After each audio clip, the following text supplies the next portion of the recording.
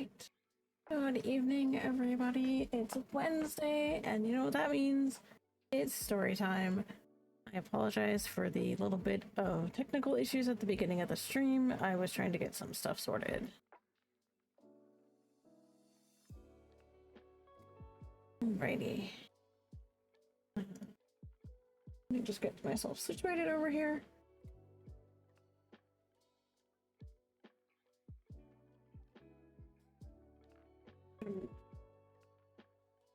Alrighty. Okay.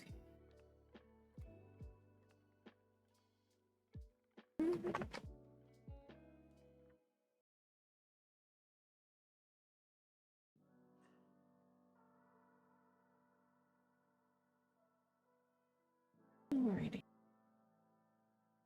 As some of you may be aware, I have been working on writing some more for Steps into the Past. This evening, we are going to continue reading Warrior's Heart. We last ended with the end of chapter 4, so we're going to continue tonight into chapter 5. I have continued working on Steps into the Past kind of on the side, and it is getting pretty intense.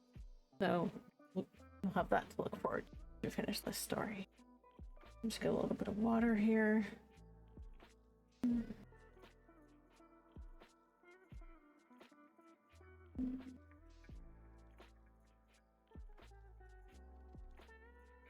Alrighty.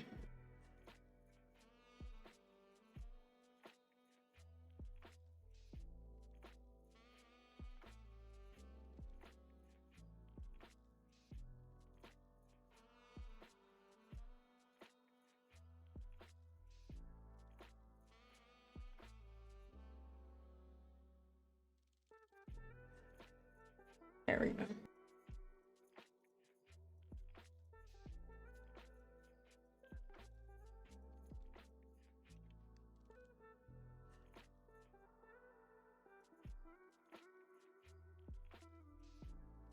Hey, Ajo.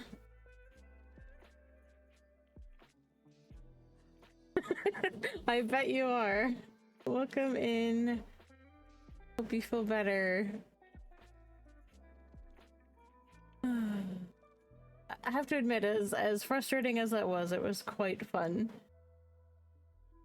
I do hope we can figure out a way to finish that quest line, because that was kind of frustrating. Let's put it that way. Alrighty.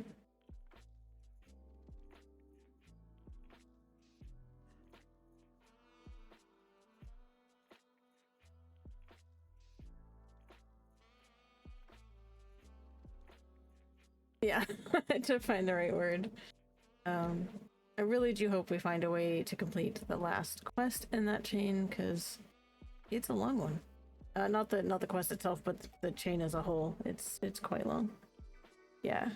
Hubba was actually messaging me. Well, he was messaging in the server this morning asking me about it. So I let him know roughly where we were having trouble. So hopefully between all of us we can put our heads together and figure out a solution. Really, really wish that the devs could look at some of the, some stuff like that, because they have this whole quest chain, and it would be awesome if you could actually finish it. That would be cool. All right. We'll get a little bit more water. I don't know if we'll get all the way to chapter 8 this evening, but the chapters that I'm reading tonight are a little bit shorter, so it's entirely possible. We'll see how far we get. All right.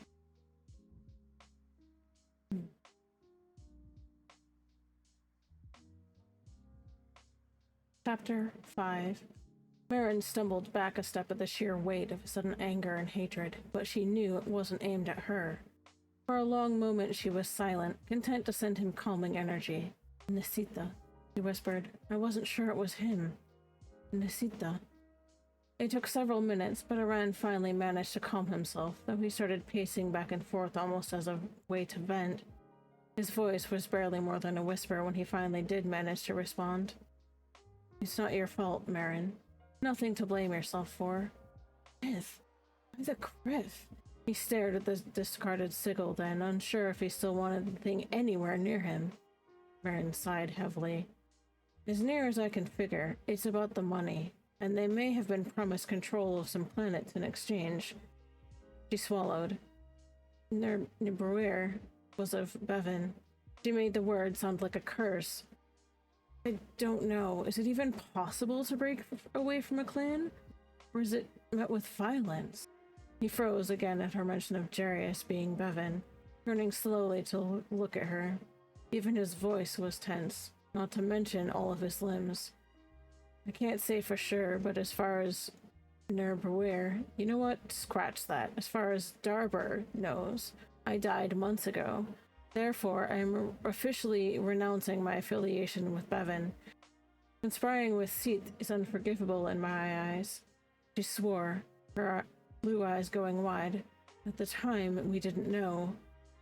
My guardian, she smiled slightly, thinking of Ethan, adopted my buer. We had no idea, but that explains how Duran could easily track us. If neither of them knew of Bevan's ties to Kirtzad and the Sith, they might have inadvertently let slip the locations. She shuddered at the mere thought, remembering how often Ethan had visited Mandayam. She had never been herself. Her stomach twisted as she thought of her formal wear, which had the Bevan sigil embroidered across the back. She would probably have to destroy it now. Sighing softly, Aran leaned against the wall, finally calming himself enough to think clearly. It makes sense, and Nisita, I didn't know what he was up to either. There was a moment's pause, and then he spoke again, almost to himself. Werda, it's a fine surname. I think I'll keep it. She smiled slightly. She said softly. There was a silence between them for a long moment as she tried to make sense of it all. This silence was eventually broken by Aran, who, true to form, was quite formal and polite. I'd like to apologize officially for the earlier incident. I was confused and acted rashly. Frowning, Marin pushed off from the table and moved closer to the security field. The incident in the forest, you mean? She shrugged slightly. It happens. She was silent, and then, if you're willing, I'd like you to speak with my guardian and my sensei soon. I feel that they both need to know the extent of what the Death Watch has been doing here. Smiling slightly, both his nod and response were sincere. I'd be happy to do that if you think it would be a good idea. Can't do anything for those already lost, but having just that much more intel can potentially prevent more from being lost. Definitely do what I can. She looked at him and noticed small things for the first time. The scratches along his cheek, the scar down the side of his face, and the medallion which rested a mere 3 inches from the shy of the security field. The same sigil was embroidered on some of her formal clothing and had been painted on her Beskar gown. As far as Ethan was concerned, her Vergoten was completed. But what about her trials? That was for Master Card, Andrea, and Master Callista to say. Absently, she began to finger Jarius' tags again, which always hung around her neck. Sighing softly, Aran slid down the nearest wall to a seated position as he mulled over a few things himself. A lot had happened today, and he was still trying to make sense of it, but the pieces were more or less starting to fall together. Another sigh was the next sound he made before he spoke up softly. So, what now? She looked up from her absent-minded activity and shrugged. Now, I suppose I have to choose to formally separate myself from Bevan. She shuddered slightly. If he ever finds out who I am, it won't end well.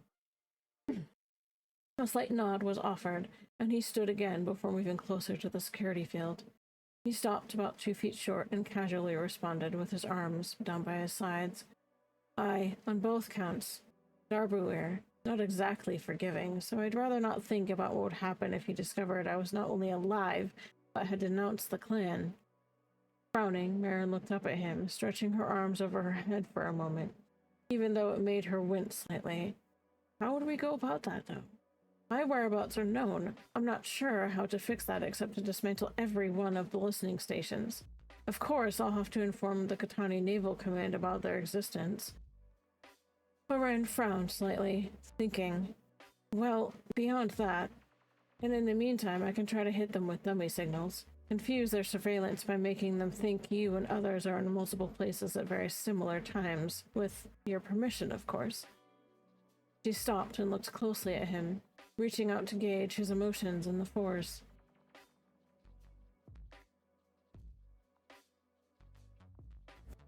Sorry.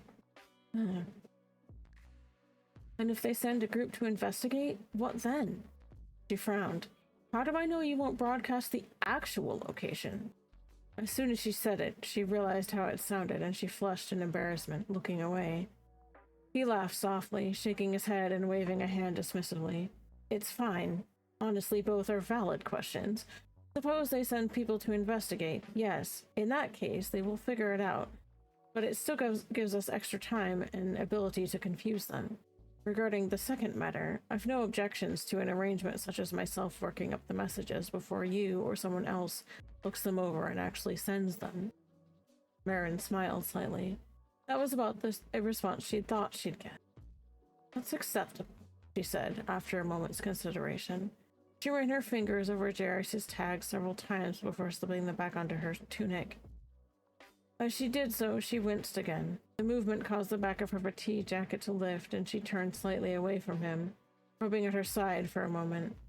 If he were observant, he would have noticed the lightsaber clipped to the back of her belt before her jacket slid down to cover it again. Unsurprisingly, he did take note of her lightsaber, but instead of bringing it up, he just grinned knowingly that thing would give Bevan fits. I'll be happy to do that, then. At this point, a thought occurred to him and he panicked.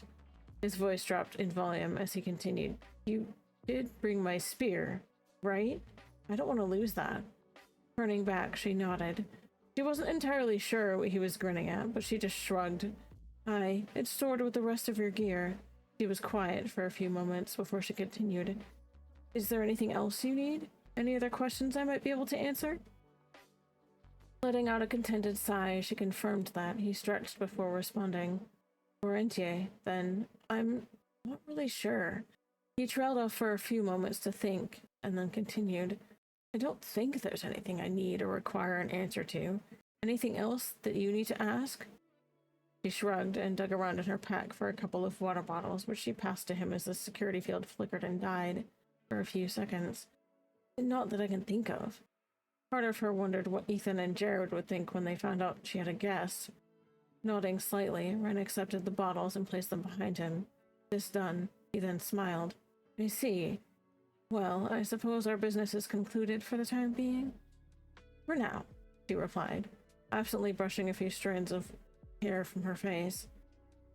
He gave another slight nod before responding rather formally. In that case, return chez me, Marin. I appreciate what you confirmed for me, and meeting you was an honor. She blushed and bowed in the Katani fashion as she asked, even though I could have killed you?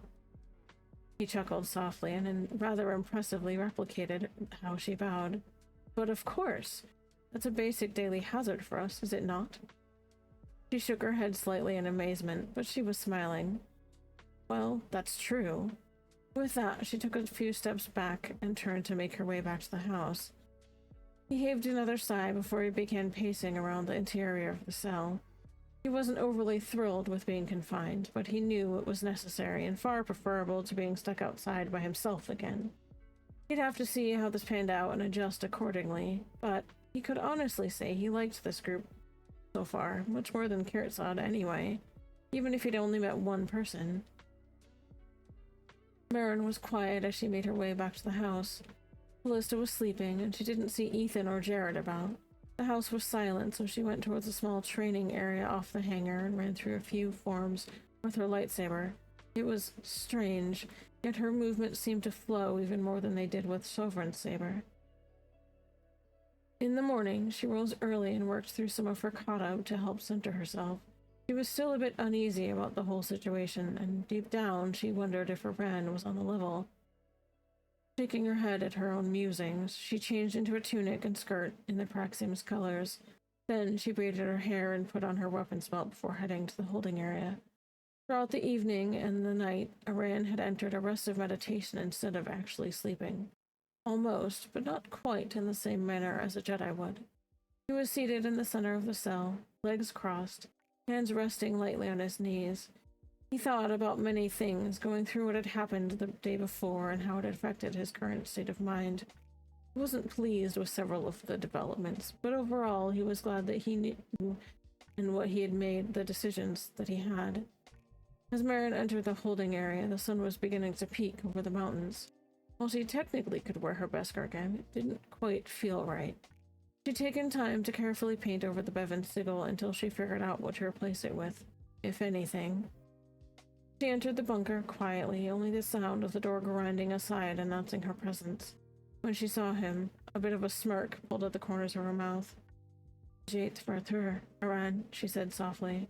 He could sense her coming to an extent, and slowly pulled himself back out of meditation as she entered.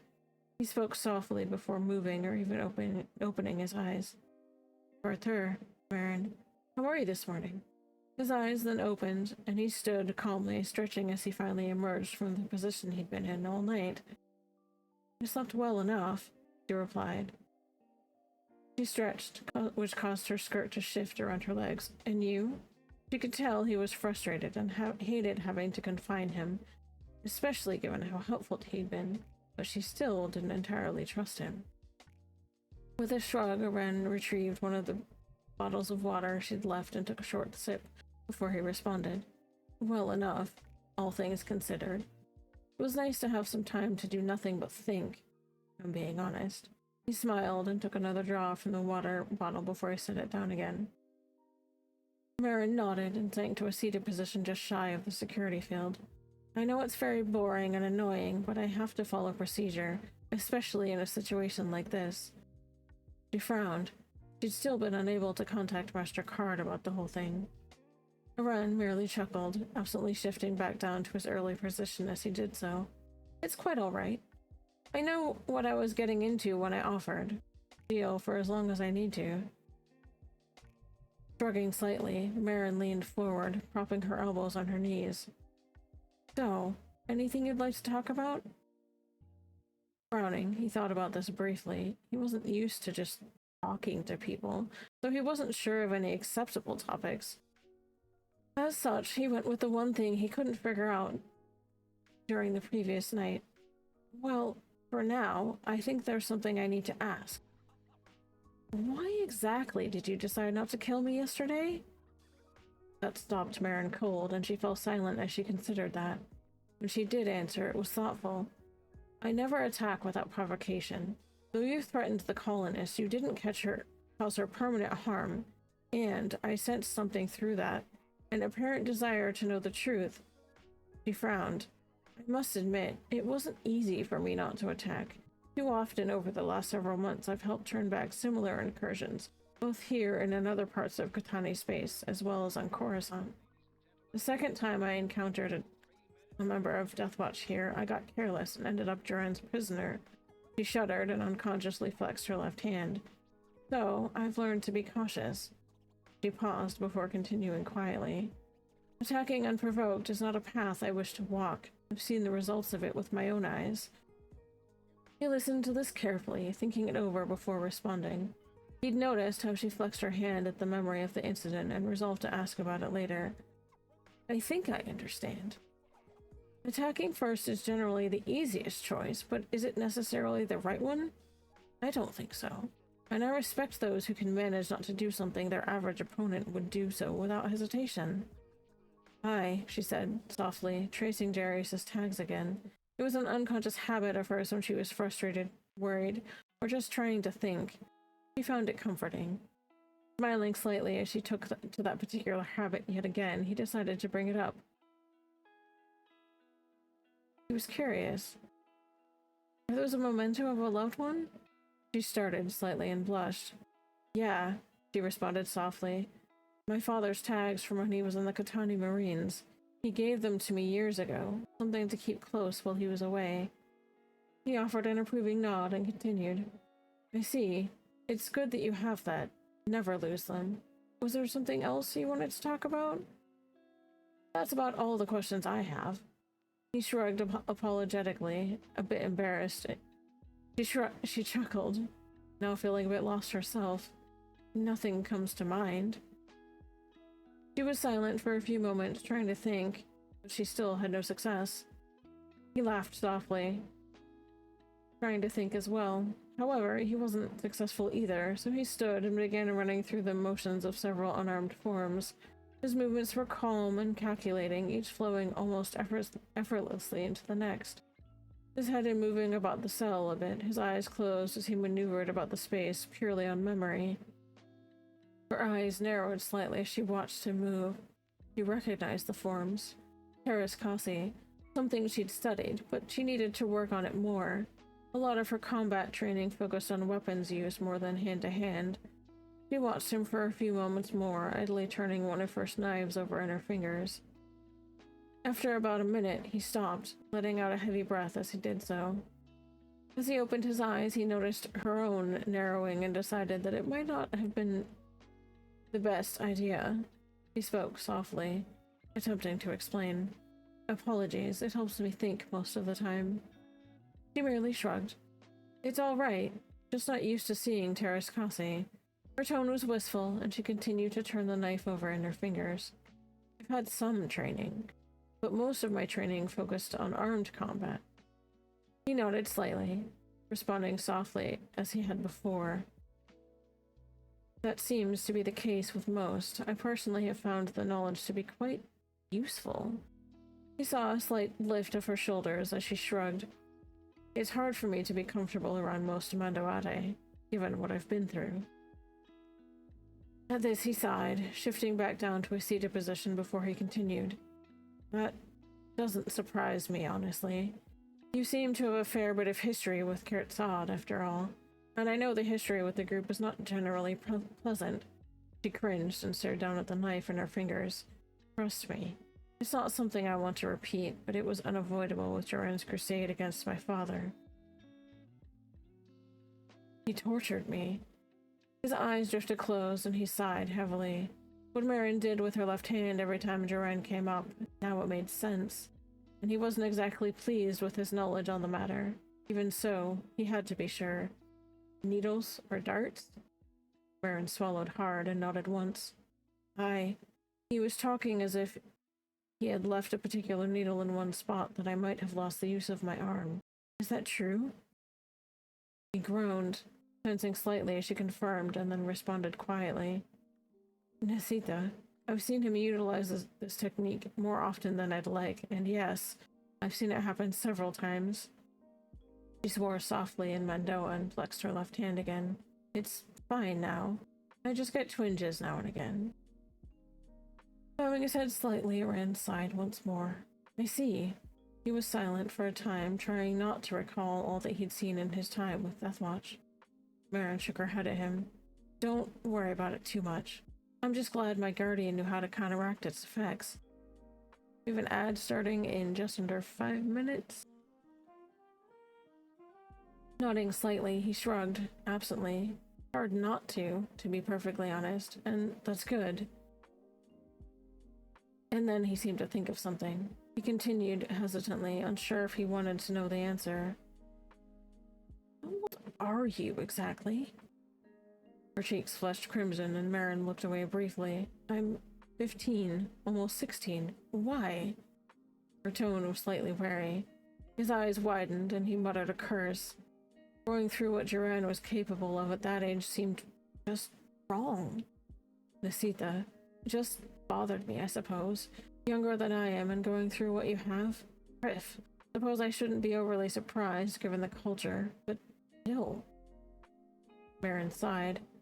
Much of it was due to Joran's hatred of my father. If it weren't for that, I probably wouldn't have had to go through about half of what I did. She was silent. How old did you think I was? Acknowledging this with a shrug, he sighed before responding to the question. Well, to be perfectly honest, I couldn't tell yesterday, and based on other info that I did have, I had no reason to think you were not less than at least 18.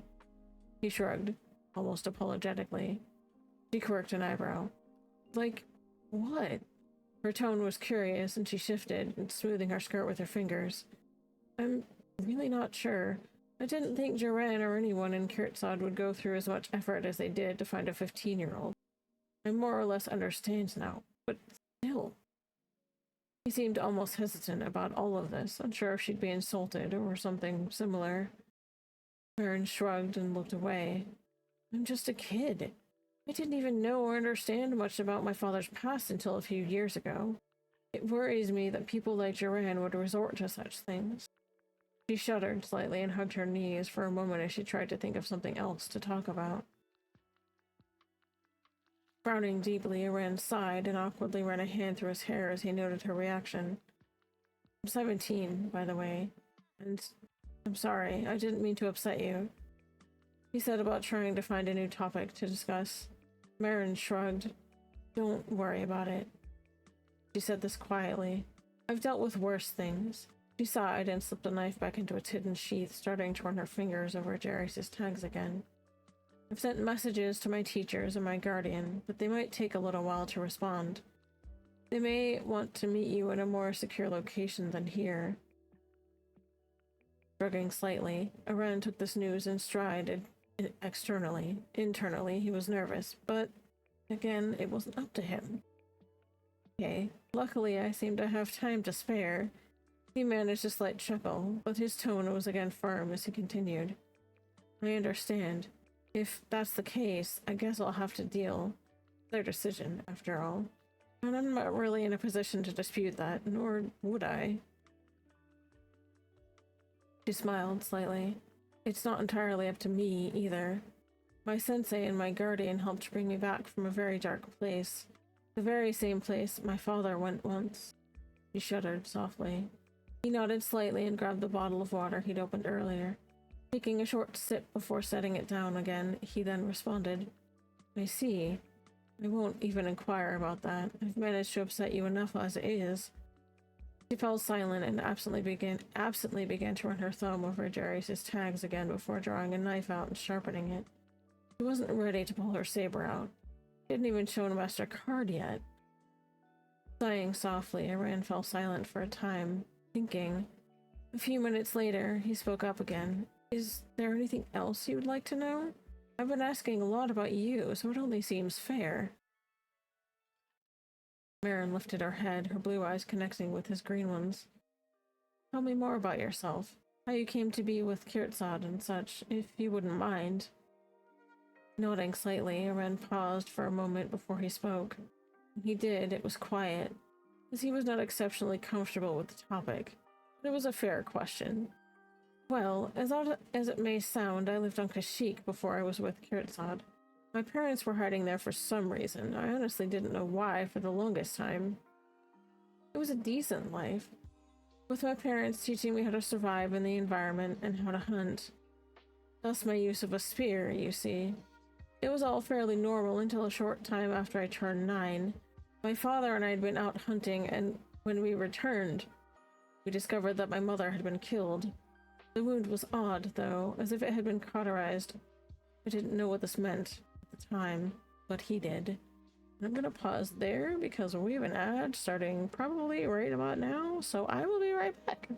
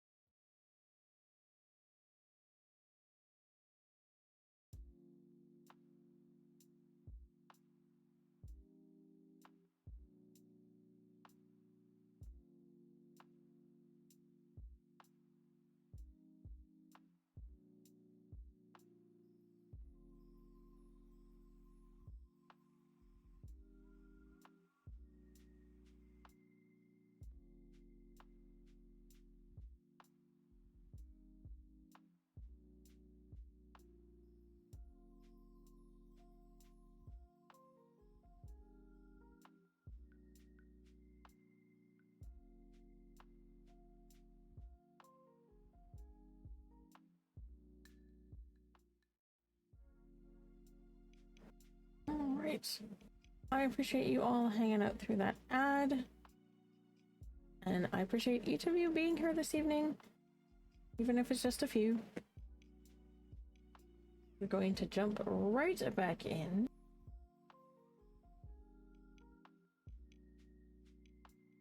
He panicked and gathered some of our things, deciding we needed to leave immediately. He never finished. They'd been hiding from some Sith that they had angered years ago, and he finally caught up to them. I found the man's weapon fascinating, even then, what with the humming sound it gave off and how effortlessly it seemed to move. All it took was one swing, and I suddenly had no family. He turned to me, and it was like I could see what he would do before he did it. So I sidestepped the attack and put a knife in his chest. I don't know if he lived as I ran off. That's when Bevan found me. He offered a new start, and I took it. He heaved a sigh, followed by a muttered curse in Mandoa before he continued. And so, 8 years later, here I am. No family, yet again. All thanks again to the Sith. Marin sighed softly. I never knew my parents. All I remember is growing up on the streets of Corellia. When I was 6, the orphanage that had taken me in, they were hardly feeding us. So I had taken to stealing to survive. I discovered I had a skill with the Force, though I didn't know what it was then. I could open electronic locks. I used this ability to steal supplies from ships around Coronet City's spaceports. One night, I tried to steal from what I later discovered to be Jarius' ship. I was scared, but instead of turning me in, he offered to take me with him. I spent the next several years training with him and the man who is now my guardian before my father sought out a place for me to hone my skill in the Force. She blushed then and looked away. Aren nodded slightly, stretching before shifting back to a seated position. I see that. That can't have been very easy, but in the end, it's in the past, and without that specific series of events, you wouldn't be where you are today, nor would I. So I accept what's happened and move on. After all, we rarely know what the future holds. That's true, she said as she tucked her knife away. I think that if that series of events hadn't happened when I was 6, I'd be a very different person. Sighing softly, Aren responded just as quietly as she had. Aye, and if things had gone differently when I was 9, I would have no reason to disagree with the methods of Kirtzad. So in a way, I'm glad things went how they did, as insensitive as that probably sounds. She frowned as she tried to make sense of that, rubbing her forehead for a moment as she did so. I'm just glad things didn't turn out worse.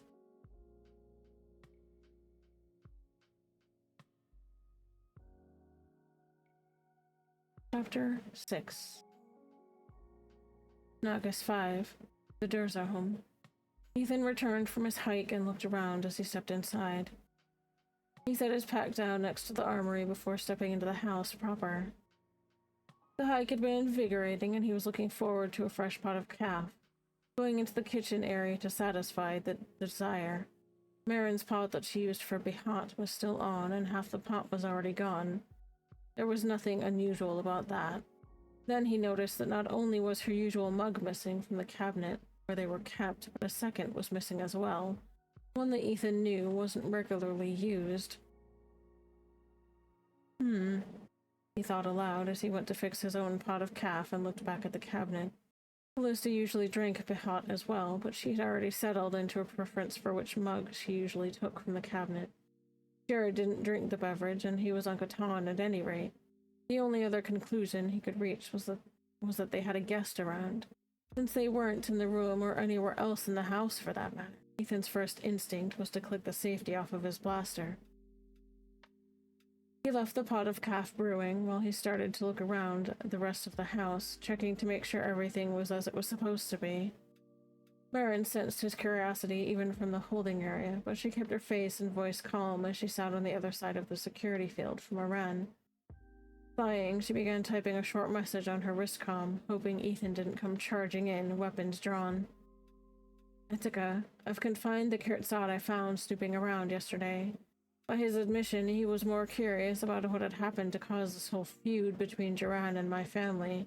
He's done nothing to harm me, though he roughed up one of the colonists. No lasting injury. They had sent someone out to check their perimeter sensors or something. America. The beeping caught his attention and drew him to the console, and he looked over the message that just came in. "The Criv," he mumbled under his breath as he looked over the message again, and then a third time. The response, typical for him, was quick. "Where the Frau are you?" Marin swallowed and typed carefully on her wristcom. Holding area. For some reason, she felt a sudden knot of nervousness form in her stomach, and she stood up fluidly and turned towards the entrance. The cells were blocked from the line of sight by a dividing wall. Then she rubbed the bridge of her nose for a moment, feeling Ethan drawing closer by the second.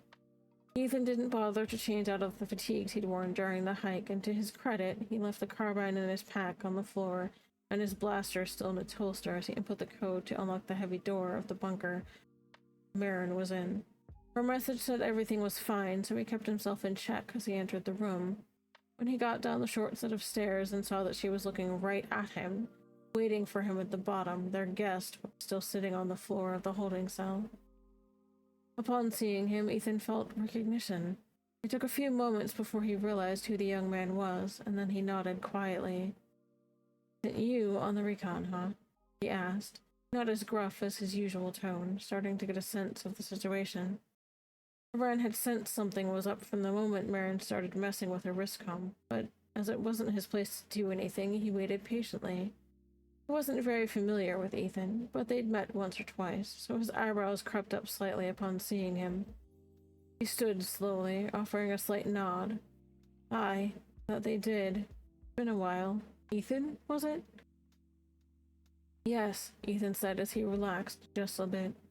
Marin had said Kurtzad, but seeing the young man here made him shake his head. I had thought like father, like son was a good thing most of the time, he started to say as he pulled a chair from the table in the center and sat in front of the cell backwards, straddling it. He propped his arms on the back and looked at the young man. When I found out what I did on Coruscant, I told myself, please let me be wrong. Marin frowned and looked over at Ethan in confusion. Maven? She looked back and forth between them for a moment. You know each other? Aran attempted to keep his anger at what Marin had described on Coruscant contained, but this was only mildly successful. His hands were clenched tightly at his sides, and his voice was low as he responded. Naish, apparently not. He took note of Marin's confusion and sighed before responding to that in turn. Not to a great extent, but we've met a few times, a good while back. Ethan nodded and decided to keep the rest of the conversation for the two of them later. They probably had questions and answers for one another that were for them alone, so he decided to leave it and change the subject. I take it, he said as he looked at Marin, that since you two are breathing and have no injuries that I can see, that we have an understanding. She frowned at him for a moment, feeling there was a lot he'd left unsaid, but she decided not to push the issue. Lek, she replied, her voice calm. He agreed to be confined until I can contact those I needed to. A faint frown still creased her face, but she let it go for the moment. I suppose that we should contact Master Card. Does this concern the Jedi? He asked, wondering what they had discussed so far. The question was really for either of them, but he looked towards Aran once more, thinking about how things had been in this region of the galaxy for the past month or so. And then he looked back towards Marin. Or is this more of a local issue? Aran shrugged slightly. Unsure, but he would give what knowledge he had. It concerns the ones in this system, at least. Beyond that, I honestly couldn't say. Marin squirmed slightly, suddenly nervous again as she fidgeted with the hem of her skirt. Well, she paused, unsure of herself suddenly. I don't suppose that it does, but Aran knows of me and my abilities. Ethan picked up on the fidgeting, a habit she had picked up early on and at times could get rather annoying. Blast it, Delish. Do we need to get him this information now, or what? Marin pinned Ethan with a look. We should. Aye. He's sensitive, she finished softly, so I feel that it does involve Master Card. Then we get in touch with him, Ethan said, gentler now, as he got up from the chair. Then wake Cal and get the ship prepped. He paused for a moment and then looked towards Aran. Boy, I hope you're serious about your choice here. Ren shrugged slightly, but he gave a firm nod nonetheless. He'd put much thought into this, so he wasn't worried about not following through. I'm quite certain that I am. Marin frowned and looked between them for a moment. Now she was sure there was something they weren't saying. With a nod, she turned and went to the house. Need to stand up a little bit. Or stretch my neck anyway. Catan, the Card estate. Jared stood on the outer perimeter of the landing pad as the warder made a smooth landing in the clearing near the Card's house. He had the hood of his robe up to help shield his face from the cool winds that were blowing since the planet's autumn season was in full swing. The young knight was used to the cooler weather of the winters here from the years he spent at the Praxium, so he was at ease as he waited for the boarding ramp to lower. When it did, he only moved a few paces as he watched Ethan, Marin, and a third person, who was obviously the reason he'd been asked to meet them at the pad, step out of the ship. Ethan, he said, with a nod. Jared, the elder Mandalorian answered as he looked around. Where is he? He's in the grotto. The grotto? Ethan asked, surprised. I'm surprised he didn't want to meet us at the Praxium or in his study. He felt that meetings in the Praxium were disturbing students to a degree. Rumors do travel around rather quickly, and he didn't want to be at the house because it would be too crowded. Too crowded? Just a handful of us? Her Majesty is with him, Jared answered. Ethan nodded knowingly. If Andrea was in on this, there would have been a half a dozen of Catan's best around the area. He chuckled at the thought, as if they were even needed. Marin smiled ever so slightly as she heard that, and her eyes searched the area. Of course, she could sense them. With a nod to Ethan and Ren, she turned and fell in next to Jared as they made their way towards the grotto. She took a deep breath and her emotions calmed as she reached out to grip Jared's arm in a warrior's grip, mindful of present company and Ethan's earlier outburst on the topic. Jared led them up the path that would have taken them towards the Praxium, and then veered off to the left on a separate path into the woods around the base of the mountain. By now, it was a well-worn path, and he knew it just as well as any that led up to the Praxium itself. After a short while, they could see the light and hear the crackling of a fire as the woods opened up into a small grotto, with a stone circle in the center. A fire flickered in the center as they arrived. Across from them, Stefan Card stood watching the flames. His outer robe lay on a stone nearby, where his daughter Andrea sat and nodded in greeting as they approached. The other three didn't know, but Jared knew that Rhenius was also keeping an eye on the meeting, close by, but out of sight. Safe trip, I trust? Stefan asked the group as he looked up from the fire and watched them come closer. Safe enough, Ethan said as he looked around and nodded to Andrea in greeting. Anyone else joining us? Just us, Stefan said as he nodded to Marin and then looked upon their guest. And I suppose that you're the reason we're here. There was silence for a few moments after this. Iran was still absorbing the different names and places he's encountered and realized he was being addressed. While mildly uncomfortable, he cleared his throat and responded calmly. I believe that's the case, yes. Stefan nodded and looked to Marin. Did you feel what he's given you is the truth? I do, Sensei, she said softly. I felt no deceit. The Elder Jedi had read over the summary Marin had sent him. He rubbed the bridge of his nose and sighed. When he initially thought of a Praxium on Catan, he knew it could attract the attention of people he would have preferred not to have. The degree of attention was beyond anything he even thought of as he nodded softly and looked back towards the young man. So, Deathwatch has had a running interest in Catan and her colonies for reasons other than Duran's vendetta? There was a slight nod, and the young man responded with complete calm.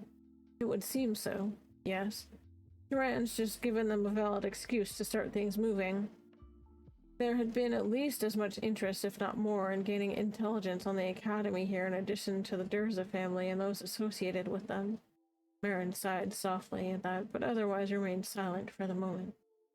What possible use could they have for information on the Academy?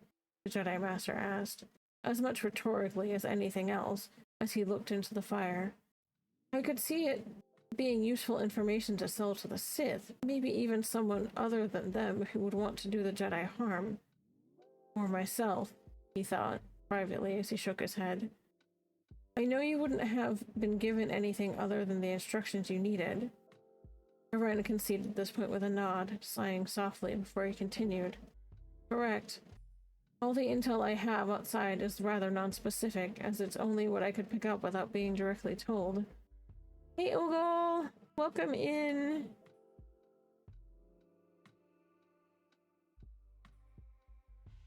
I can't type today. Oh my goodness. There we go.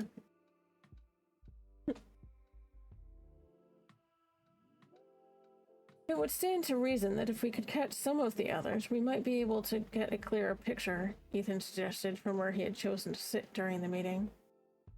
Stefan nodded as he looked across at the older Mandalorian. I was thinking along the same lines. Ethan, Marin, you said you had a list of the locations he gave you? Aye, she said softly, digging in a pouch at her belt. I've not had time to go over it in detail, but I can do that as soon as possible. From the looks of things, there are several listening posts on Tanagas, and others are scattered over the Catan systems. We'll need to investigate each one. She nodded in Aran's direction. He says he can send false signals to the monitoring stations to confuse them, if permitted. Father, Andrea finally said from where she sat, I don't know how appreciative the services would be if we took this on ourselves.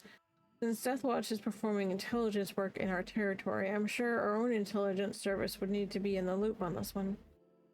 I agree, Andrea, Stefan told her. This isn't entirely a Jedi issue, as the rest of the Council would say. They do need to handle it. Marin sighed and nodded, her gaze moving to Jared momentarily. You're right, of course, teacher, she said softly, her cheeks coloring. At times, she was still slightly disconcerted by the confusion with Andrea's titles. She ducked her head, whispering an apology as she fingered Jarius' tags again. I'm sorry, teacher. I got absorbed in my task and forgot about the wider impact of Deathwatch's presence. It's all right, Andrea said. Do you have a copy of that? Aye, she said, digging another data card from the same belt pouch and tossing it to Andrea. I can handle the ones on Tanagas, and with Ethan's help if he's willing. She sat back then, feeling at a loss for what to do now. Vergoten was complete, but what of the rest? Her gaze briefly slipped to Andrea and Jared before looking to Aran and then Master Card. How else can I help, Sensei? I think that data will be a good start, Stefan said as he pulled the data card over from her hand, looking it over before looking off to the side and handing it to Andrea. She could handle getting the information to the right people. He looked back to Aran thoughtfully. Marin spoke of you having a degree of ability, he said, so I'm sure there's been a bit of discomfort in our presence. Once more, Aran merely offered a shrug, finding himself doing that a lot lately. Aye, you could say that. He frowned, but continued. A bit more put off by those in the area that I can feel, but not see. Students at the monastery, most likely, Stefan said. The guards who are giving us space as well. Rinius, if you please. I want to make things easier. Yes, father, came a voice from off to the side. Rinius faded slowly into view, sitting on one of the larger limbs of the trees around the perimeter. He dropped to the ground and moved to lean against one of the stones around the fire. The move caught Ethan off guard, and he didn't know the Jedi's youngest son was even around. Marin hid a smile. It was a skill she had as well. She nodded to Rinius and closed her eyes for a moment, concentrating. With the information we have, what do we do now? Interestingly enough, Aran found Rinius' appearance more amusing than anything else. He raised an eyebrow, but otherwise he just chuckled before speaking rather calmly. Nice trick. Stefan heard the chuckle, felt the amusement, and held back a smirk of his own, given Ethan's reaction. Not an easy one to learn. I'm told you feel your own abilities are somewhat limited? Slight nod, followed by a relatively short explanation. Aye. Sensing others, especially planned action, seems easy. Any attempts at external manifestations, however, fail miserably. Marin caught Aran's eye and closed hers briefly as she faded from view. She grinned as she heard Ethan sputter in surprise. She took a few steps over to where Jared was before she faded back into view. Rand sighed and shook his head at this particular information about Marin. His thought process on the matter was quite simple.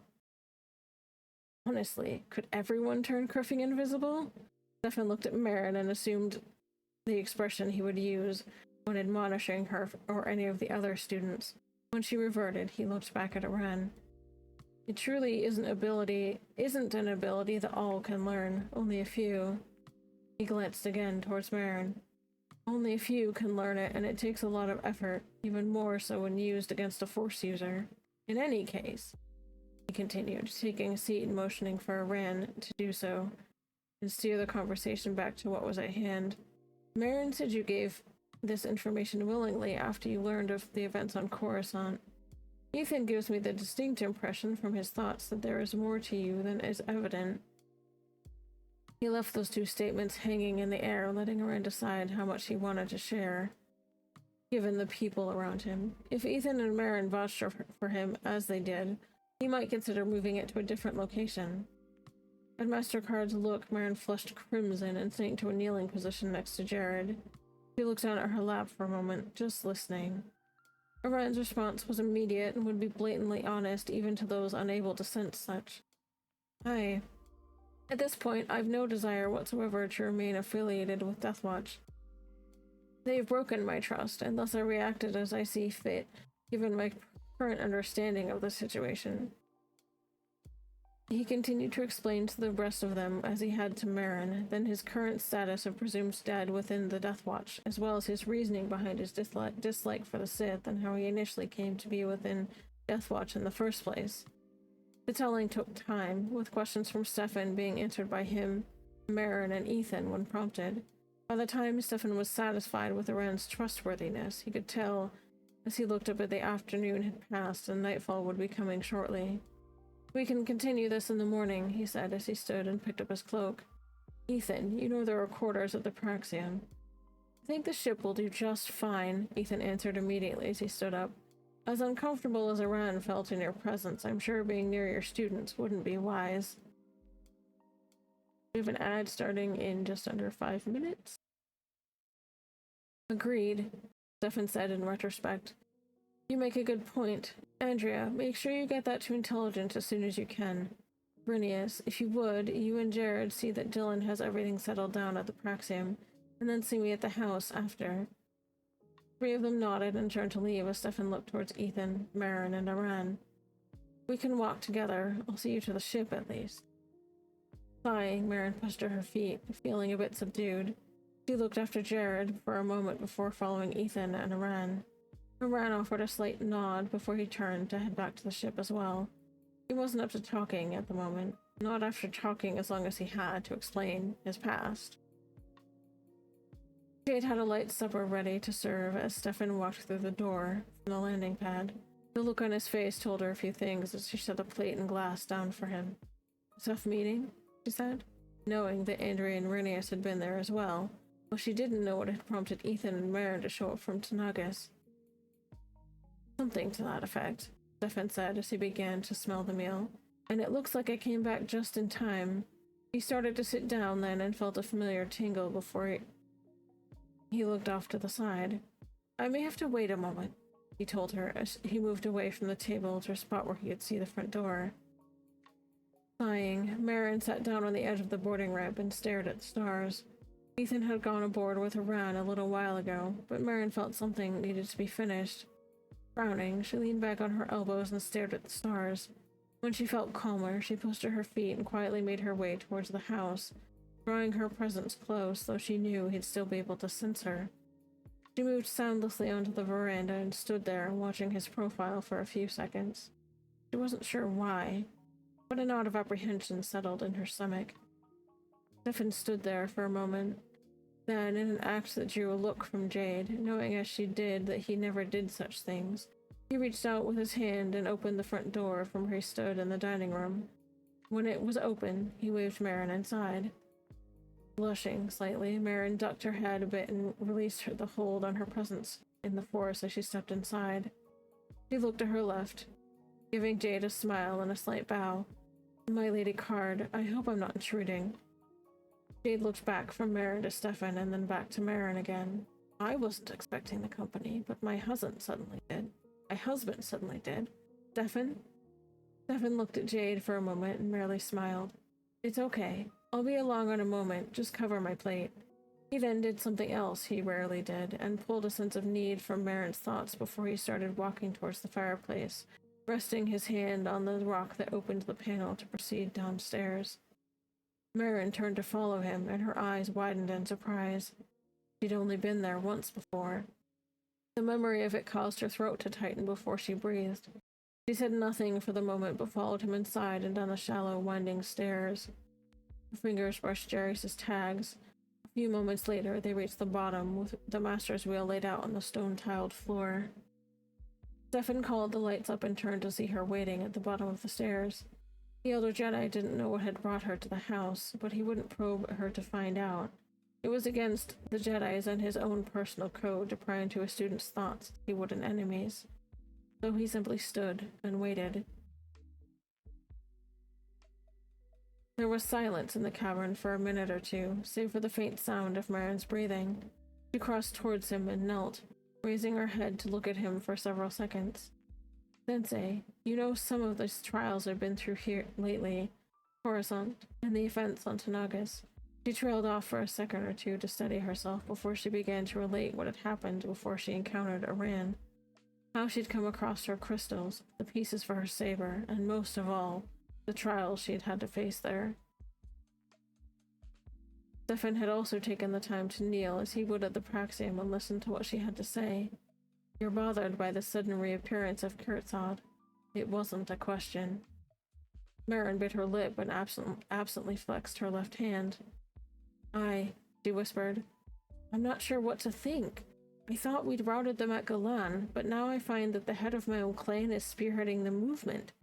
I don't know what should be done. Perhaps it's a question that can't be answered now, he told her. Not all of the challenges we face have instant answers.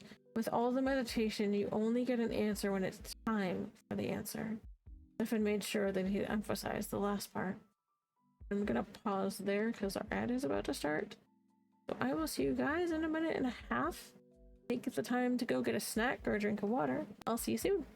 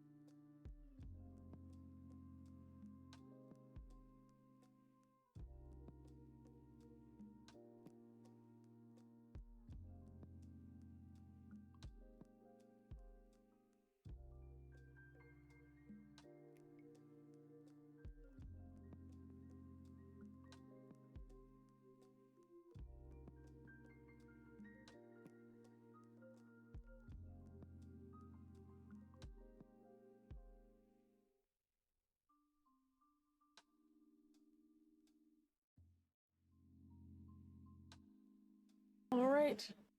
Thanks for hanging out through that ad. Where were we?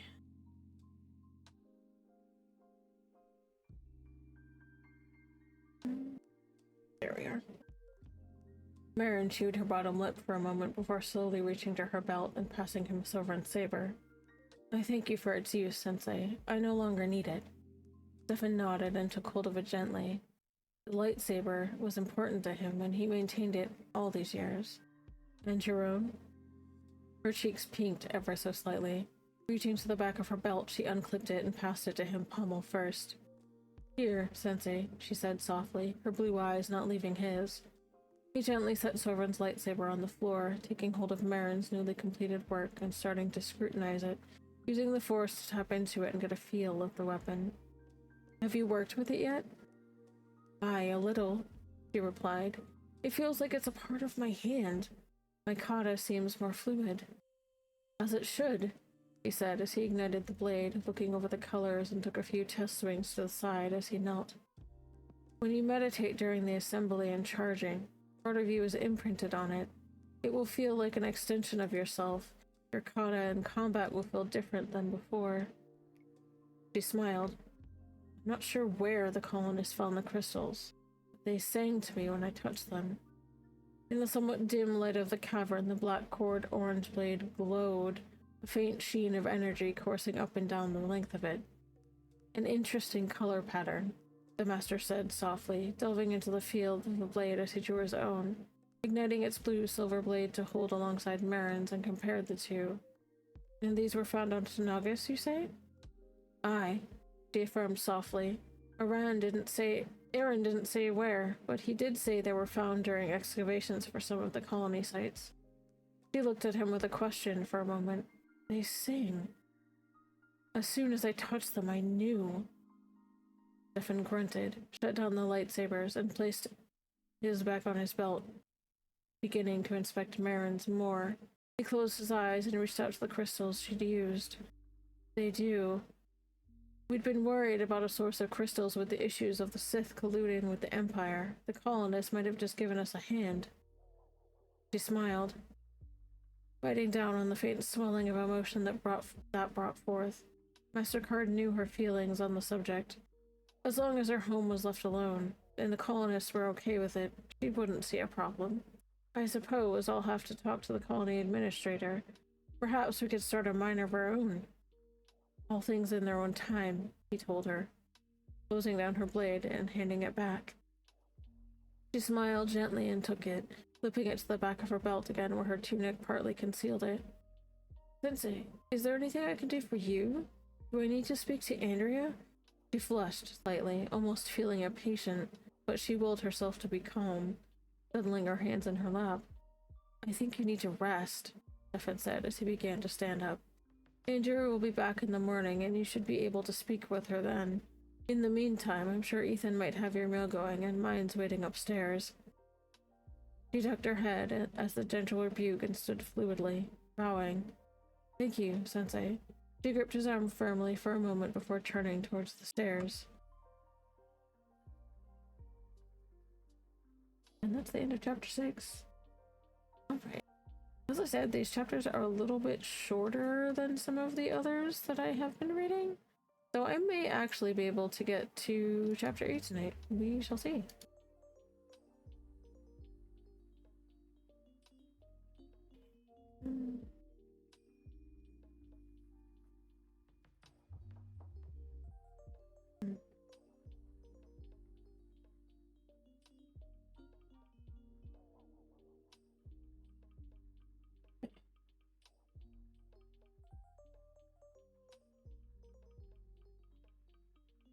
Loren's cabin aboard the Worda was silent as he meditated. He was seated, legs crossed, eyes closed, on his arms on his knees, thinking about the events of the day.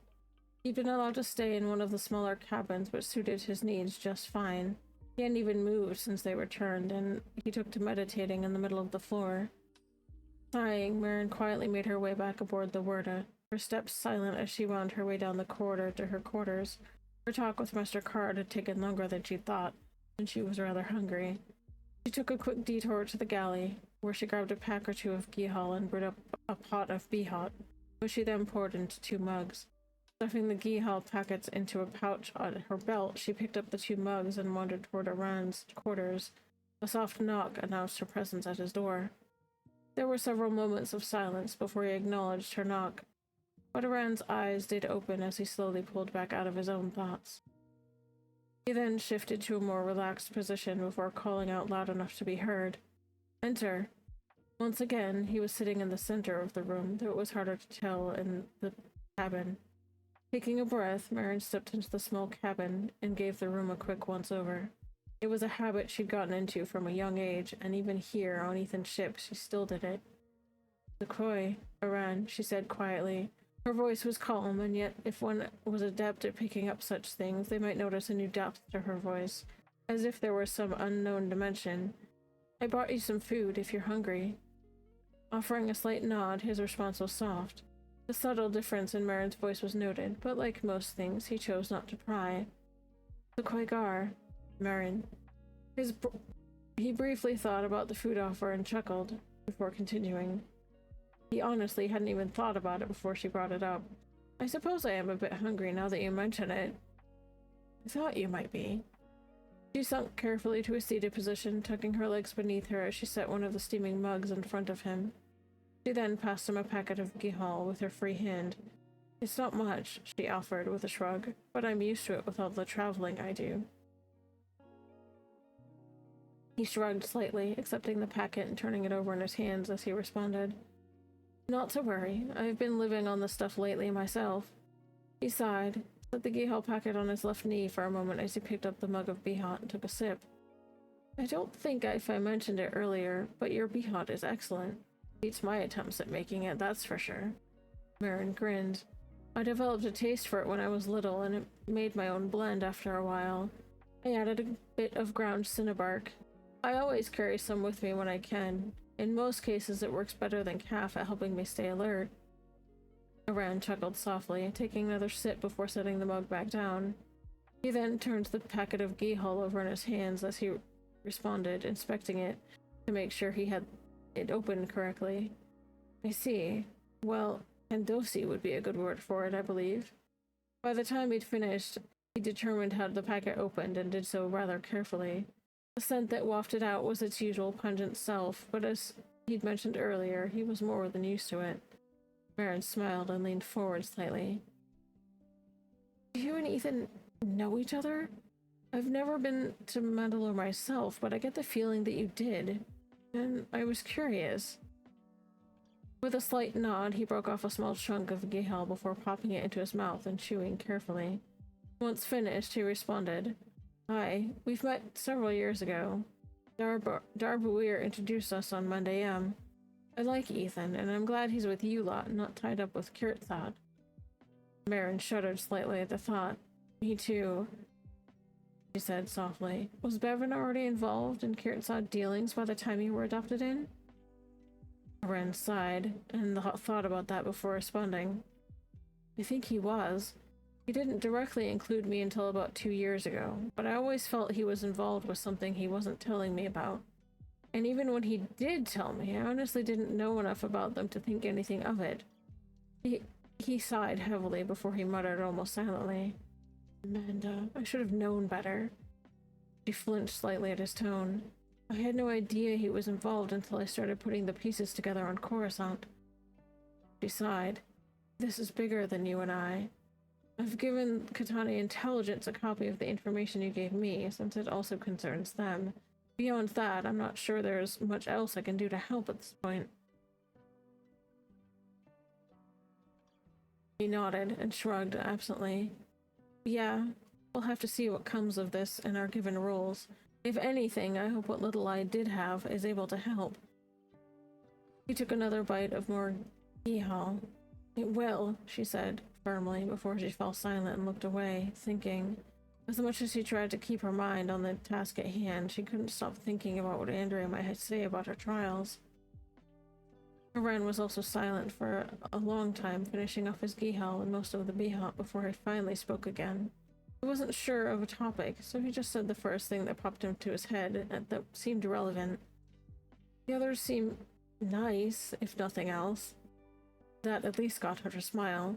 I grew up around Master Card and Ethan. I trained at the Praxium here.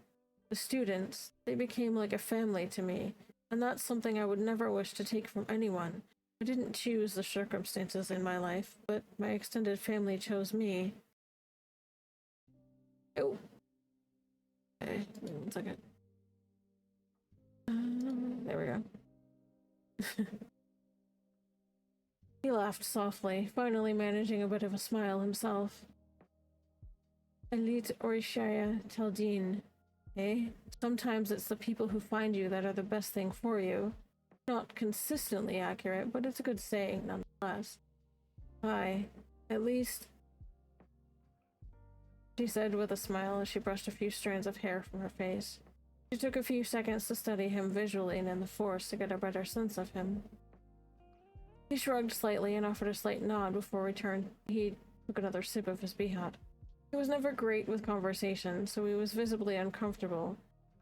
But he was more or less relaxed. His presence in the Force was that same almost there feeling as when Marin first encountered him. He wasn't fighting, but he wasn't giving anything off either. He was just there, nothing more.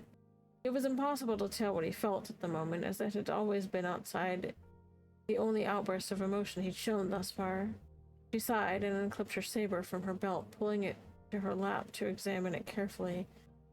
She then recited the words of the remembrance in Mandoa, and then again in Katani. Everyone was silent throughout all of this, not daring to interrupt her. The first set of words he knew, and knew them well. The second was a language he'd never heard before, so he assumed that it was Katani. He did, however, reach down and slide a small object from a concealed space in the sole of his right boot.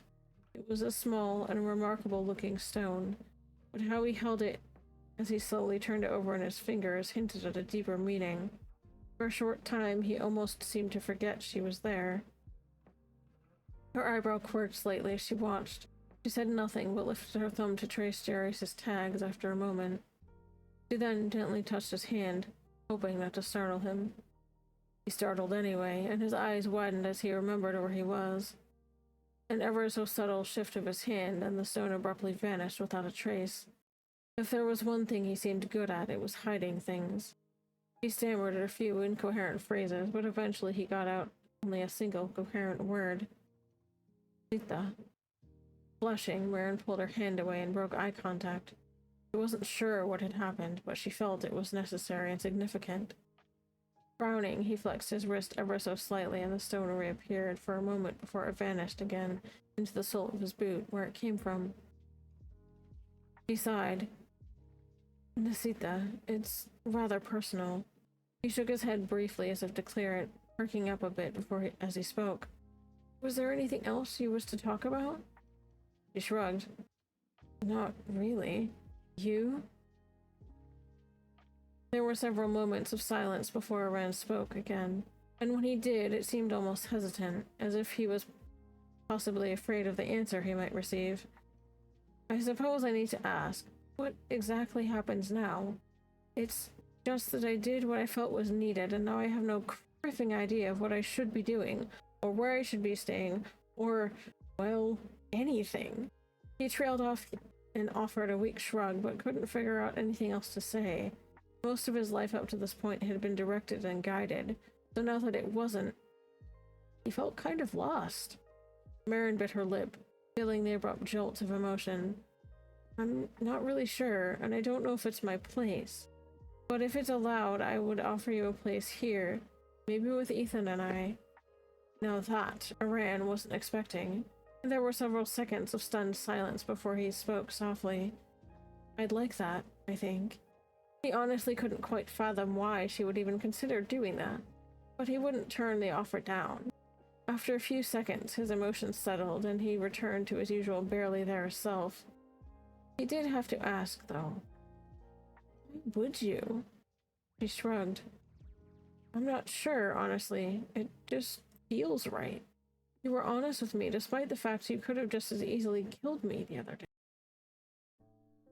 Nodding slightly, Aran thought this over for a few seconds. That makes sense, I guess.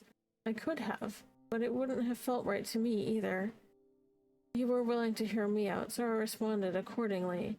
Conflict without a point is, well, pointless, so I allowed you to take me prisoner. She flushed and fidgeted. That young man you met last night? His name is Rinius.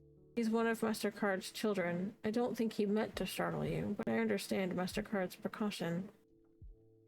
Aran gave a slight nod and sighed softly.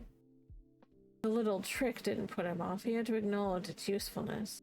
I always try to have an advantage when dealing with the unknown. The more known variables in your favor, the better. Marin nodded. So, she fidgeted.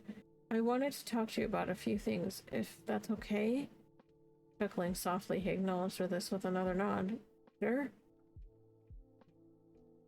Marin sighed, wandering over to sit down on the edge of the bunk, tucking her feet up. Well, I'm trying to figure out what made me trust you so quickly, especially given my past experiences with Deathwatch. Ren shrugged and then frowned as he thought about it. However, he needed to be sure as well.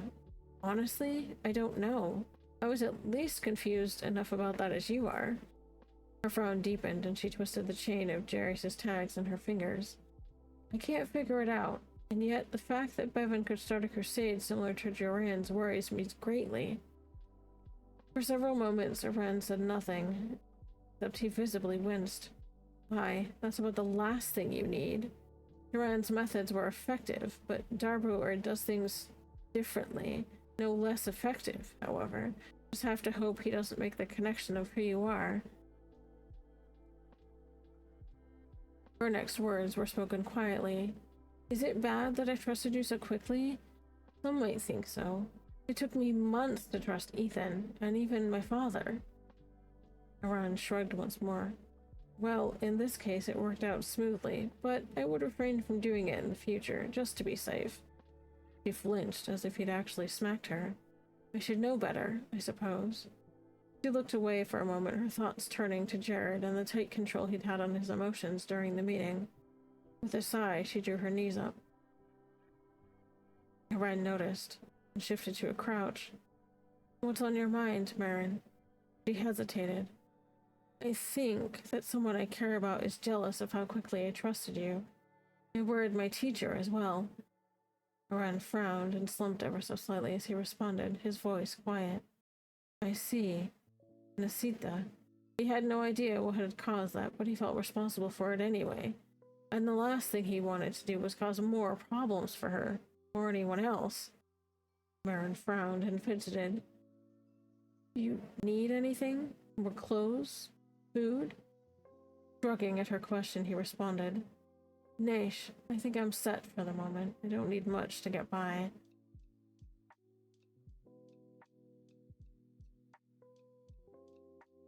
All right, she said quietly, brushing a few strands of hair from her face. I did have one other thing I wanted to ask you. He shifted his weight so he was still crouched, but it was more close to being seated. Well, ask away. For a moment, she chewed on her lower lip. What exactly is your relationship with Ethan? I get the impression that there is more to it than either of you is letting on. Frowning at her question, Aran debated on what exactly to disclose. When he finally did respond, it was hushed and reasonably hard to hear him. Well, if you want to be technical, he is Nerfad. He helped out with some of my training, though not all. And during that, I may have let on that I wasn't entirely certain what the Criff Bevan was involved with. Though I didn't have any specifics, nothing ever came of it until now. For a few moments, Marin was utterly silent. That made sense when she thought about Ethan's reaction to seeing him. He trained me a great deal as well. He and Master Card helped my father after Joran killed his family. The last was barely loud enough to be heard. Not shared that detail with anyone.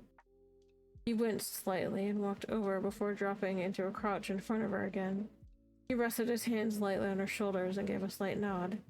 He got the distinct impression that she just mentioned something not commonly brought up, and he would only discuss it further if she wanted to.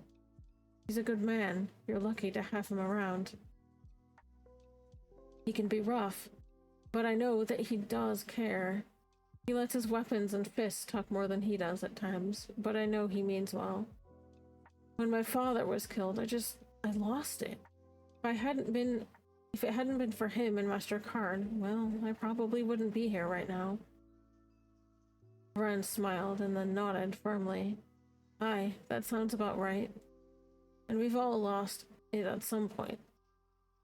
Those that come through that are strongest. There was a moment's pause, and then he spoke again, almost hesitant. I have something to ask, if you don't mind. Well, more of a request, actually. Her eyebrow quirked slightly, and she lifted her blue eyes to look at him momentarily. Yes? Shrugging a bit, Iran continued, as hesitant as before. Well, can I spend the night outside? I know I'd probably need to be watched or some sick, but I'm not exactly comfortable indoors, to be perfectly honest. She frowned. May I ask why? I've been outside for so much of my life that being in an enclosed space for extended periods tends to cause panic, for lack of a better word. I try to avoid it. Larger areas such as buildings are fine for quite a while, but ships, it doesn't take long to set in. She thought about that. I don't see a problem with it, but you'd have to ask Ethan. He knows more about how the others might react. Oh, I need some water.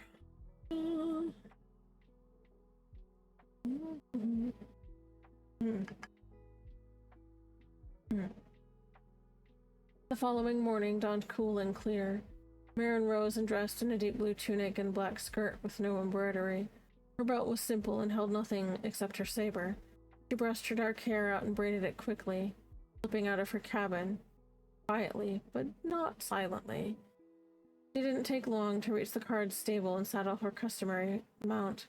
The mare was well used to Marin and stood patiently as she arranged her skirts before gently urging the mare forward.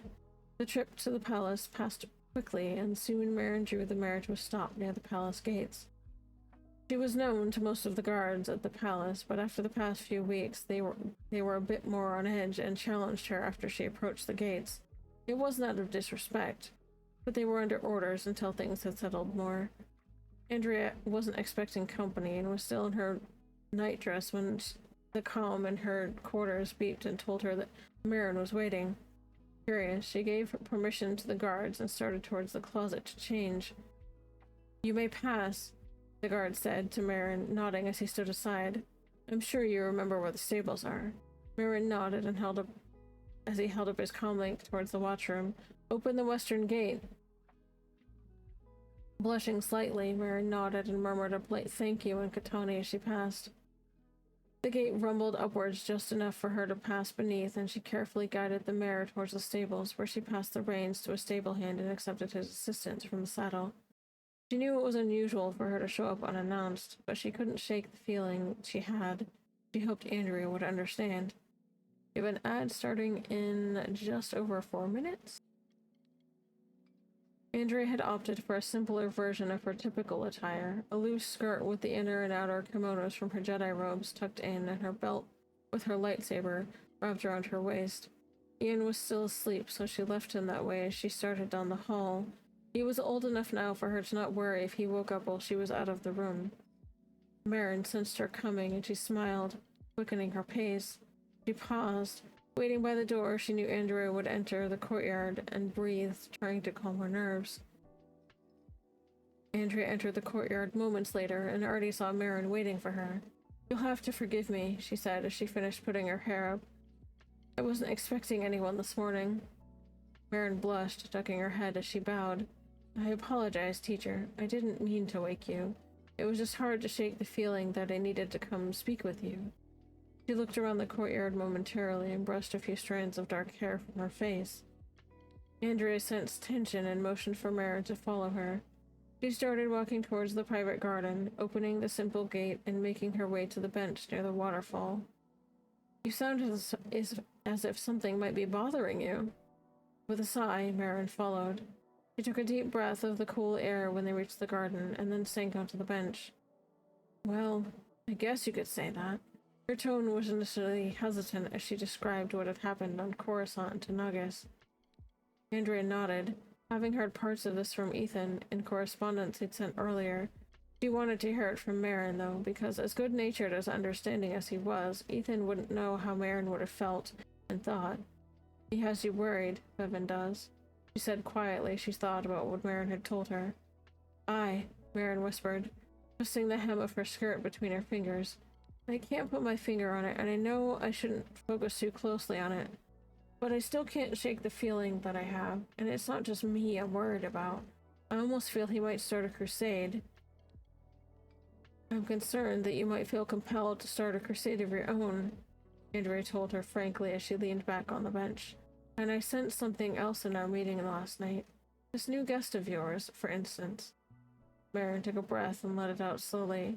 It had crossed my mind, she admitted. But I won't. I know too well where that path leads. Her last words were spoken quietly before she shot a questioning glance at her teacher. Merven? What do you mean? Did you pick up Jared's feelings when you arrived? Marin stopped for a moment and thought about it. Don't think so. I think he was as surprised as the rest of us were about your guest, Andrea told her quietly. I wouldn't say he was jealous, but I think your level of trust in the young man so quickly startled him. Marin's chest tightened and she fidgeted.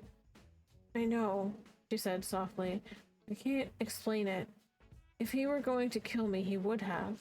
She sighed and shrugged, at a loss for how to fully explain it. Her teacher nodded softly and opted to change the subject as she closed her eyes. Father told me you had something to show him last night. A faint smile touched Marin's face as she looked down momentarily. Aye, she said softly, reaching down to her belt. It was an experience, and I had to face Bevan again. She unclipped her saber from the back of her belt and passed it to Andrea hilt first. The last statement, you were curious, a glance from Andrea as she accepted the hilt and began to study it. A vision of sorts while you were charging the lightsaber? Marin nodded. Yes, but before I began constructing it. She said this softly and then described the vision. It had felt so real. I fought him again, and then at the end, I talked to my father. We have an ad starting in like 3 seconds. So I'm gonna pause there. So I will see you guys in about a minute and a half.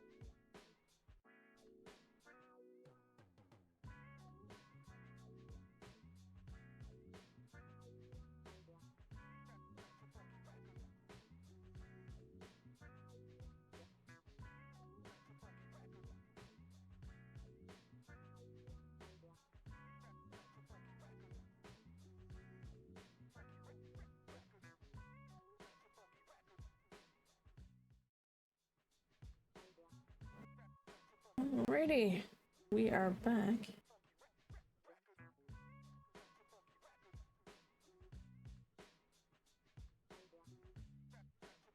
Compelling from the sound of it, Andrea said as she probed the lightsaber with the Force. She could feel the struggle in the crystals themselves, but there was also a sense of balance. She nodded softly and ignited the saber, looking over the colors of the blade. I thought my father's was a unique one when I first saw it, she said more to herself than to Marin. Blushing, Marin ducked her head. The crystals came from Tanagas herself, or so I'm told. There was a moment or two of silence, broken only by the sound of the waterfall. They feel right.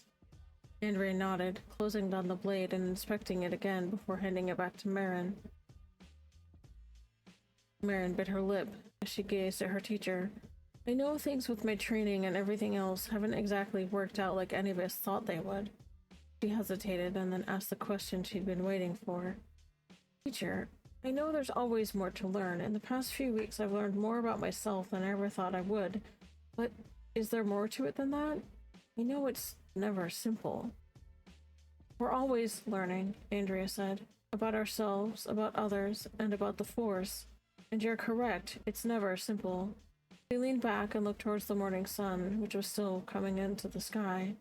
There's an old saying that with great power comes great responsibility. A person who can feel, touch, and wield the Force has the utmost responsibility. Personally, I think it's more than what our monarch, even the president of the New Republic, has to deal with. I'm sure you've heard Daddy talk about how every feeling, thought, and decision guides what we do and who we become. Marin nodded, her thumb unconsciously tracing Jairus' tags. I think I saw it to a degree with my father, and with myself as well. Jared had settled down in what he considered his and Marin's private spot after having added a few more pieces of wood to the fire he'd built in the circle. They had started coming here when they needed a break from their studies and wanted some personal time. The last while, going home and helping his people there, and then helping fight against the Sith, so close to what he called his second home, had taken its toll. So it was here that he found himself trying to clear his head. It hadn't helped him when the stranger came off the boarding ramp with Marin and Ethan. It might have been nothing, but Jared still wanted to come here to rest, looking over the fire as it climbed up fresh pieces of wood he'd added. Marin tried to rest after speaking with Andrea, but she couldn't get Andrea's words out of her head. Now that she thought about it, she'd not felt much of anything from Jared during the entire meeting, which was unusual. She couldn't sleep. After leaving a cup of Beehot for Ethan and Iran, she slipped into well-worn fatigues and quietly left the Wurda. She didn't care much about what Ethan might think. She took her time to make her way to their spot, her steps slow as she tried to piece together the last few months. She still couldn't understand why she'd really trusted Iran. Had she been wrong to do so? As she walked, she drew her presence close to shield her inner turmoil from the students of the Praxian. She knew Card and Jared would sense it still, but she didn't care. She was wondering if she'd made the right choice in trusting him. He'd not gone against his word to her since he'd agreed to the current situation. Jared sighed as he sat there staring into the fire. He honestly didn't know what he'd expected to happen, and he was restless enough as it was. Finally, he stood up, removed his outer cloak, and folded it next to him on the ground. Master Card had always told him that sometimes working through kata could be a form of meditation, and he needed clarity right now.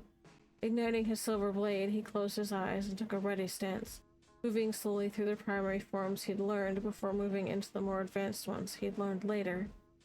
Marin's slow pace finally brought her to the edge of the clearing.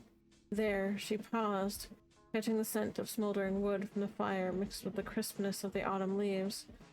She stood there for several seconds, just observing. It had been weeks, and as she watched, she felt a lump rise in her throat. Guilt? Loneliness? She wasn't sure. Keep it fluid, Jared told himself as he spun and kept his strong hand on the lightsaber, using it as a fulcrum.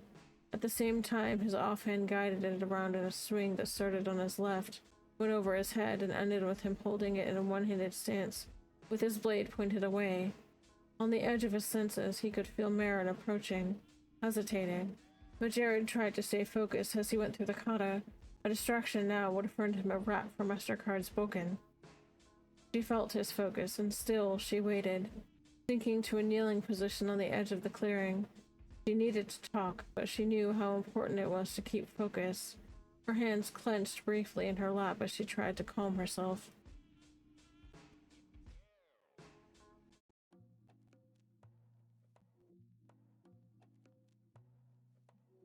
Jared finished the last move and stood there, breathing slowly, his saber low and aimed towards the ground.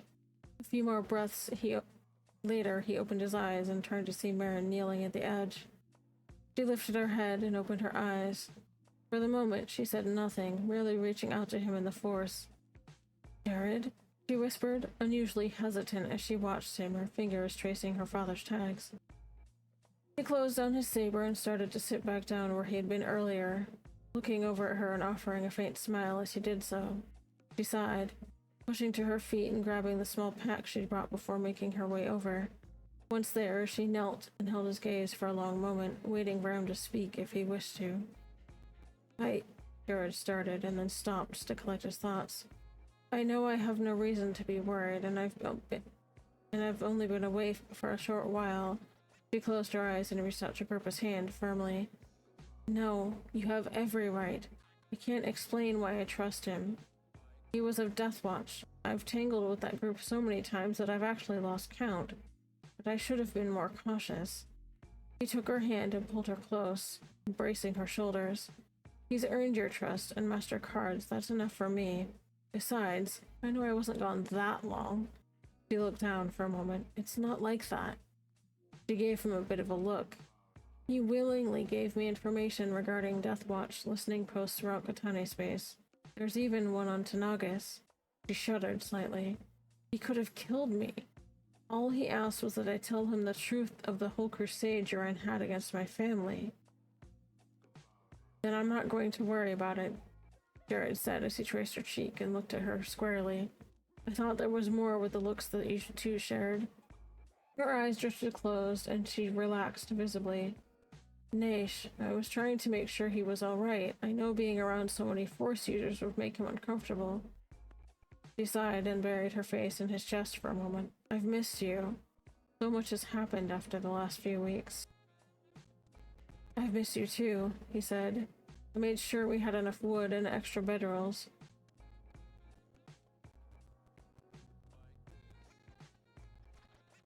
She grinned slightly and looked at the fire for a moment before she sobered. "Did you hear what happened?" Jared started to raise an eyebrow. "Hmm?" She gave him a look. "On Coruscant to Nagas. I heard about what happened," he said quietly, "and I was there at last night's meeting." She smiled at the gentle rebuke and reached the back of her belt, unclipping her saber, which she then passed to him. "I wanted to show you this." He looked down and took it carefully, running his fingers over the hilt. "Finally finished it then?" he said, joking. She quirked an eyebrow at him. "Meven." She poked him firmly in the ribs. He laughed, moving off to the side, out of reach, as he looked over the hilt some more and tossed it back to her. "I'll let you show me the blade." She caught it easily and pushed to her feet before taking the hilt firmly in her hands and pressing the activation switch. With a snap hiss, the black cord orange blade appeared once more. Jared looked it over and shook his head. "If I didn't know you better, I'd say you tried to emulate MasterCard's lightsaber, son." She giggled. "Yeah, a little," she admitted. "And yours, too." "Mine?" he asked as he pulled and lit his silver-colored blade. "Mine wasn't dual-crystalled." She grinned. "Naish, I meant the silvery sheen." She then leaned in to kiss him lightly, careful to keep the glowing blade a few inches away. Jared wrapped his free arm around her shoulders, pulling her deeper in while shutting down his own lightsaber. Marin lifted her thumb from the activation plate, and the brilliant blade of her saber vanished as she carefully set it down and leaned in closer. "I was worried you'd be upset about him," she said, after a moment. "Would you let anyone swoon you?" he asked, throwing a teasing smile in her direction. "Of course not," she whispered into his ear. Curling her fingers loosely into his hair, she leaned in again. "I talked to Andrea. I'm not entirely clear about her thoughts on the whole thing. I know my training was rather unorthodox." "Well," he said, as he traced her cheek gently, You never were one just to go one way or the other. Gotta keep it interesting and complicated. Well, yeah. But I mean, in terms of knighthood, it's hard for me to even talk about it for some reason. Well, as you said, you've been trained by two different teachers from two different worlds. He nodded slightly. As far as Ethan's concerned, I've completed my Vergoten, and Master Card feels I've completed something equivalent to the trials I went through on Coruscant and Tanagas. But is that all that's needed? I don't know, he replied. Have your skills in the Force been tested? Your skill with the lightsaber? He thought about that some. No, from what I know of the trials when you went through them, I think the only thing that's left to do is test my saber skills. Master Card feels that I've completed all the other areas. Jared nodded and sat back down next to her. Then I guess he'll be choosing someone for you to spar with soon. That thought set off nervous flutters in her stomach as she leaned into his chest. I know, I sound impatient. I'm really not. I know the path of my training was unusual. He looked down at her at the last comment. Impatient? You? She raised an eyebrow, unsure if he was actually being serious. Some would say I'm too young to be knighted, I'm sure. It's not about age. You can't judge by age alone. Only by ability and maturity. I suppose, she said quietly, tracing her fingers along the collar of his tunic. I guess I'll need to be patient and see what happens. She paused and looked around. You brought bedrolls, right? It's getting cold. She shivered and snuggled closer. Jared called one of them over so he wouldn't have to let go of her. He'd already laid a ground rule where they were sitting, so it didn't take much to spread the blankets over them and add a few more pieces of wood to the fire. I know I said I was going to try to get through chapter 8, but I'm actually getting pretty sleepy, so I think that I may stop here for the night. And we can read some more maybe on Friday if I'm feeling up to it. Maybe we can get through chapter 8. Hope you guys enjoyed this evening. I'm glad for all of you guys that were here. And I hope you have an awesome rest of your week. And have a good evening. I am probably not going to raid out this evening because I'm actually having a really hard time keeping my eyes open. So I'm going to say good night, and I hope to see you all at my next stream. I hope everybody has an awesome evening and gets some good rest. Thank you guys!